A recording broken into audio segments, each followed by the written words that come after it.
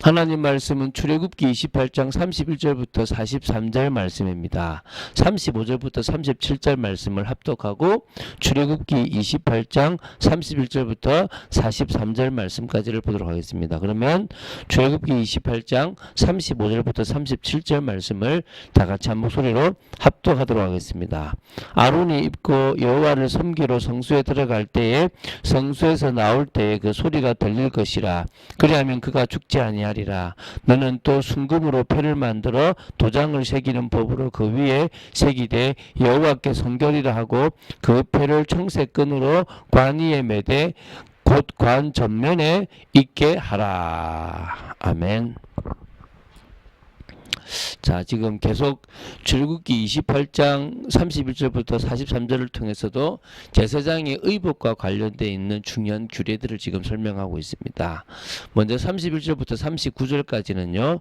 제사장 의복 가운데 대제사장이 입을 에봇 받침 겉옷과 또 금패와 또 속옷, 그러니까 반포 속옷 뿐만 아니라 반포 속옷의 띠를 어떻게 할 것인가에 대한 규례를 지금 설명하고 있습니다. 그러니까 의복에는 좀 특징적인 게 금방울을 달게 했고요.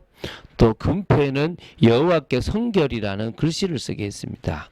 이처럼요, 제사장의 의복은 아주 꼼꼼하게 모두 의미가 있고 하나님 앞에 거룩하고 또 백성들에게 영화롭게, 특히 대제사장은 그렇게 만들어졌습니다. 그걸 한번 좀 이따 볼 거고요. 두 번째, 다음으로 보게 될 40장부터 43장은요 그냥 일반 제사장의 의복들을 지금 이렇게 지금 그 소개하는데요. 특히 속옷과 띠와 관과 또 속바지에 관한 규례를 지금 하고 있습니다. 그래서 일반 제사장의 의복은 대제사장의 의복과 달라 조금 화려하지는 않지만요. 좀 비교적 단순했지만 그러나 그렇다고 해서 영화롭지 않은 옷은 아니었습니다. 대제사장과 제사장의 직능의 차이에 따라서 의복의 차이가 조금 나기는 했지만 그러나 다 귀하고 중요한 직분이라고 보시면 됩니다. 그리고 보면서 좀 이야기를 해보도록 하겠습니다. 자, 31절부터 35절을 보도록 하겠습니다. 에봇 받침 겉옷이라고 합니다. 에봇, 이게 앞치마 같은 것 안에 이렇게 좀 통으로 입는 그 옷을 에봇 받침 겉옷이라고 하는데요. 그래서 에봇을 입기 전에 대제사장들이 먼저 입는 옷입니다. 그 무릎 아래까지 내려오게끔 되어 있고요. 분리되어 있지 않는 하나의 통으로 되어 있는 옷을 쫙 입습니다. 옷의 색깔은 모두 청색으로 탁 만들어 있게 하고요. 옷 아래 가장자리에는 수놓아진 석류하고요. 금방울이 교차로 이렇게 탁탁탁탁 하나는 이렇게 뭡니까? 그 석류 하나는 이렇게 금방울을 이렇게 있게 했습니다.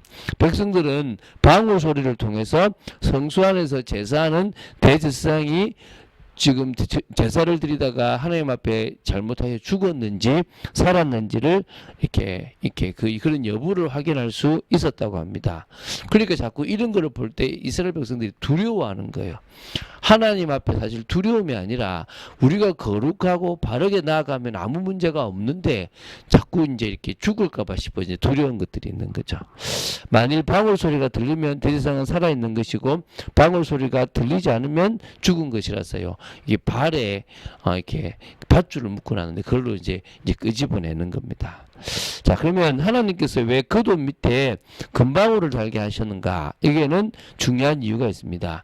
우선 대제사장으로 하여금 성수 안에서 임무를 수행할 때 울리는 방울 소리를 듣게 함으로써 거룩하신 하나님 앞에서 한순간이라도 경건한 자세를 흐트리지 않도록 하기 위함입니다. 이 소리 안 나면 내가 죽구나, 이거 그죠? 두 번째는 성소 밖에서 그 방울 소리를 듣는 백성들로 하여금 거룩하신 하나님을 인식하여 그 앞에서 그들이 어떻게 살아야만 할 것인가를 깨달을 수 있도록 하기 위한 것도 있었다고 보시면 됩니다. 이처럼 금방울은 대제사장이나 백성들로 하여금 하나님 앞에서 거룩하고 구별된 삶을, 그런 자세를 유지하도록 만드는 중요한 역할을 했습니다. 그래서 어떤 의미에서는 이 예수 그리스도를 우리가 지금 옷 입은 우리가 조금 더 세상에서 정말 하나님의 영광을 위해서 살아야 될 줄로 믿습니다. 자, 36절부터 38절입니다. 자, 이제 순금으로 된 폐에 대한 규례입니다. 자, 앞에 이런 방울을 단다든가 이런 것들이 구약에는 참 두렵지만 지금 신약에 와서는 그렇게 죽지 않잖아요. 뭐 예배 잘못 드린다고 해서 뭐 갑자기 막 이렇게 막 죽고 이러지 않거든요. 그러나 그 중심과 그 의미들을 우리가 안다면, 우리가 예수 그리스도로 말미암아 그분을 믿음으로 되어진 이 엄청난 비밀을 안다면 조금 더 조심스럽고 조금 더 감격스러운 예배를 드릴 수가 있는 것입니다. 지금 이 패라는 것도요, 대제사장이 머리에 쓰는 관에 이게 앞에 그 전면에 붙이는 금판을 가지고 패라고 하거든요. 그게는 여호와께 선결이라고 써있습니다. 그러니까 주님 보시기에 내가 깨끗해야 된다 이 말이잖아요. 그래서 하나님 앞에 나아가는 제사장에게 있어서 무엇보다도 하나님 앞에서 성결이 우선적으로, 그래서요 요구되기 때문에 그들은 뭐 심지어 성관계도 가지지 않고 들어가고 모든 부분을 좀 깨끗하게 하고 들어가는 부분들이 있었다라는 겁니다. 그 거룩하신 하나님 앞에서는 자가 죄가 있다면 그런 죽음을 면치 못한다는 것입니다. 아무리 제사장이라고 해도 원죄를 가지고 태어난 인간인 만큼요 스스로 하나님 앞에 설 만큼 거룩할 수가 없었습니다. 그래서 하나님께서는 거룩한 패를 제사장의 머리에 쓰는 관에 부착하게 해서요 하나님 앞에 성결한 것으로 인정받도록 했습니다. 지금은 우리가 누구로? 예수 그리스도를 통해서 예수 십자가의 피로 말미암아 우리는 성결하고 거룩하고 경건할 수 있다는 사실입니다. 그래서 우리는 지금 아무리 뭐 붙여넣어도 소용없고 예수 그리스도 한번 딱 붙잡는 거예요. 예배 드리는데 아무리 전심으로 드리고 중심을 다해 드리고 다 해도 예수 피 없으면 아무 소용 없습니다. 예수 십자가의 피가 있고 전심, 예수 십자가의 피가 있고 중심, 예수 십자가의 피가 있고 마음을 다하는, 생명을 다하는 예배가 중요한 겁니다. 그 예수 십자가의 피를 믿는 믿음이 우리에겐 절대적으로 중요합니다. 그게 하나님과의 교제가 되어지는 중요한 부분임을 알아야 됩니다. 자, 38절은요. 하나님께서 금패를 대제사장 아론의 관의 앞쪽 곧 이마 부분에 메어서요 아론으로 하여금 이스라엘 백성들이 드리는 성물의 제책을 담당하게 하라고 붙여서 자기만 아니고 이스라엘 백성들의 죄를 담당하러 들어오라고 하신 겁니다. 예수 그리스도가 담당했지 않습니까? 그렇죠. 그래서 여기서 죄책이란 죄와 허물들을 의미합니다.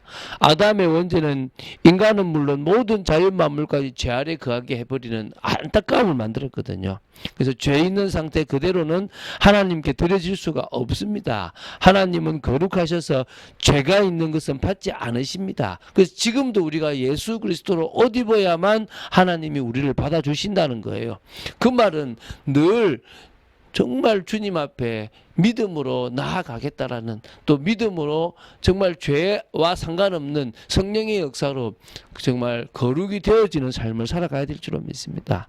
하나님께서는 당신께 바쳐지는 백성들의 재물을 여호와께 성결이란 패를 머리에 맨 제사장으로 담당케 하심으로 그 재물을 받아주셨다라는 그런 의미가 있는 겁니다. 이제 39절을 보겠습니다. 이제 관에 대한 건데요.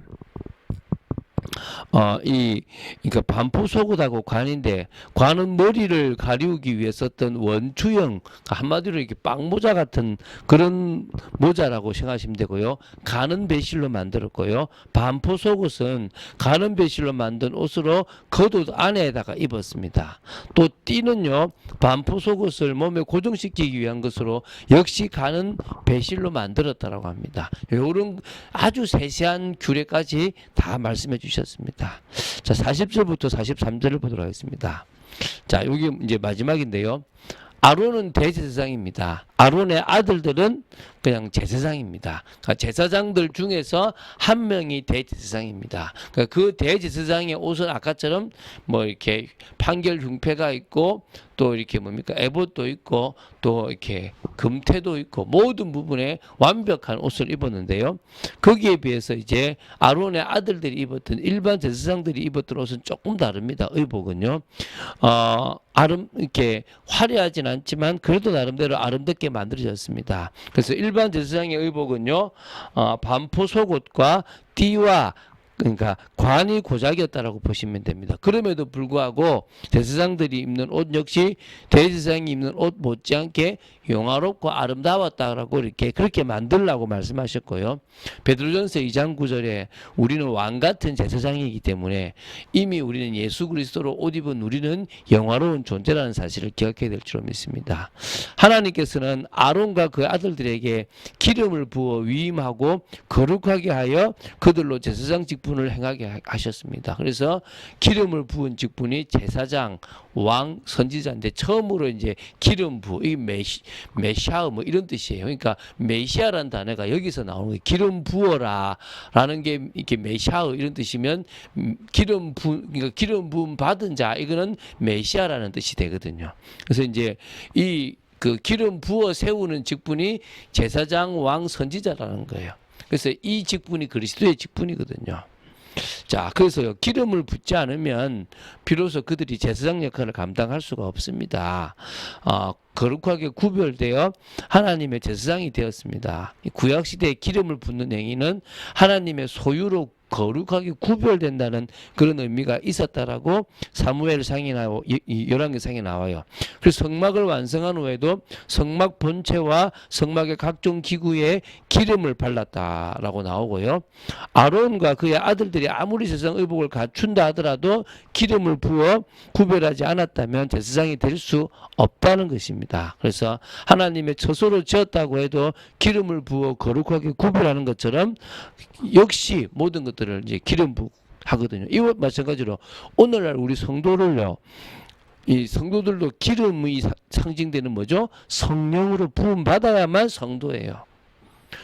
거룩한 백성, 구별된 백성, 성령의 역사로 구별됐습니다. 그래서 하나님의 소유가 되는 거예요. 여러분, 성령의 역사라는 게 너무너무 중요하거든요. 그냥 머리로 아는 건 아니라니까요. 근데 그렇게 자기는 믿고 있다, 착각일 수 있다는 거예요. 성령 세례를 통해서만 세상 사람들과 분리되고 죄악된 세상과 분리되고 사단의 세계에서 하나님의 나라로 분리되어지는 겁니다. 성령의 역사, 순간 이런 감동이 아니라 성령의 기름 부음이 우리에게 필요합니다. 그게 바로 성령 내주라는 거죠. 중요한 거죠. 그죠? 자, 42절을 보면요.